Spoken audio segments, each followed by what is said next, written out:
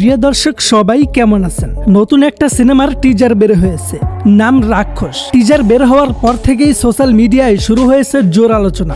অনেকেই বলতেছে এইটা কি রাক্ষস নাকি বরবাদ 2, কারণ টিজারের অ্যাকশন স্টাইল আর ডার্ক পরিবেশ দেখে অনেকেরই মনে পড়ে গেছে বরবাদ সিনেমার কথা। প্রায় 2 মিনিট 13 সেকেন্ডের এই টিজারটা দর্শকদের মধ্যে ভালোই কৌতূহল তৈরি করেছে। এই সিনেমার মেন চরিত্রে আছেন জনপ্রিয় অভিনেতা সিয়াম আহমেদ। টিজারে তার লুক, স্টাইল আর অ্যাটিটিউড দর্শকদের নজর কেড়েছে। কিছু কিছু সিন দেখলে তো মনে হয় লোকটা একাই পুরো গ্যাং সামলাবে। আরেকটা জিনিস দর্শকদের নজর কেড়েছে, অনেকেই বলছে বরবাদ সিনেমার ভাইরাল চরিত্র জিল্লু নাকি টিজারেও দেখা গেছে।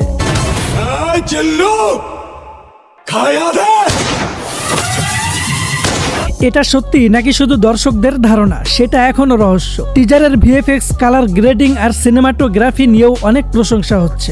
অনেকেই বলছে লুকটা বেশ ইন্টারন্যাশনাল ফিল দেয়, বিশেষ করে কালার টোন আর ভিজুয়াল স্টাইল টিজারটাকে দিয়েছে একটা ডার্ক ভাই। এই সিনেমার পরিচালক মেহেদী হাসান হৃদয়, এর আগেও তিনি বানিয়েছিলেন আলোচিত সিনেমা বরবাদ। তাই অনেকেই বলছে স্টাইলটা কিছুটা সেই আগের মতোই। নারী কিসে আটকায়, নারী বলে মায়ায়। প্রিয় দর্শক, সবকিছু মিলিয়ে রাক্ষস সিনেমার টিজারটা দর্শকদের মনে ভালোই কৌতূহল তৈরি করেছে। এখন প্রশ্ন একটাই, এই সিনেমা কি হবে আরেকটা বড় অ্যাকশন চমক?